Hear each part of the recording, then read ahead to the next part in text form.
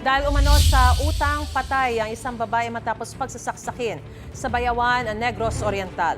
Sa Bocaue, Bulacan naman, patay rin sa pananaksak ang isang babae matapos makaaway ang kanyang kapatid dahil daw sa pamasahe. Narito ang unang balita.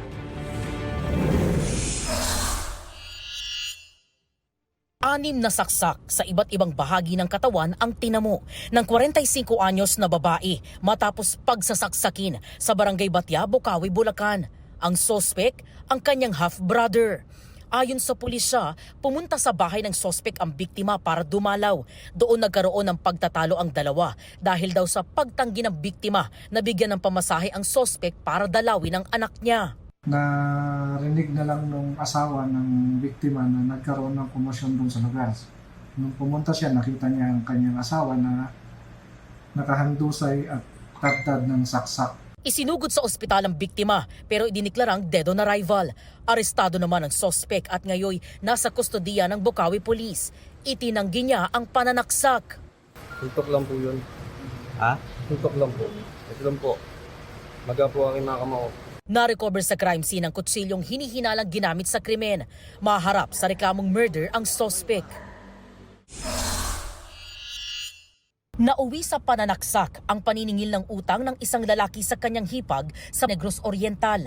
Ayon sa pulisya, nagpapatulog ng kanyang anak ang 39 anyos na biktima nang sumugod sa bahay ang bayaw na lasing at nagsisisigaw. Lumabas daw ang babae at pagkalapit sa sospek, bigla siyang pinagsasaksak. Dead on arrival sa ospital ang babae. Sugatan naman ang anak ng biktima na nasaksak din nang subukang umawat. Base sa investigasyon, hindi binayaran ng biktima ang 500 pisong utang dahil ipinambayad daw niya ito sa kuryente ng sospek na nakikikabit sa kanilang kuryente. Naaresto sa follow-up operation ng sospek. Wala siyang pahayag. Maharap siya sa reklamong murder at frustrated murder. Lumang alitan naman daw ang ugat ng pananaga ng isang lalaki sa isa pang lalaki sa Tanhay, Negros Oriental. Dead on the spot ang 57 anyos na biktima matapos magtamo ng sugat sa iba't ibang bahagi ng katawan. Ayon sa pulisya, nagpaalam sa kanyang asawa ang biktima na lalabas lang ng bahay. Nakaabang pala sa labas ang sospek at doon siya sinaksak.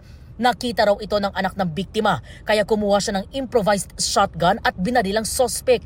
Tinamaan siya sa likod. Na-recover sa crime scene ang itak na ginamit umano sa krimen at ang improvised shotgun.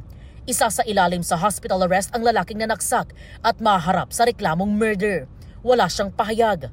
Pinaghahanap naman ang anak ng biktima na mahaharap sa reklamong frustrated homicide. Ito ang unang balita. EJ Gomez, GMA News.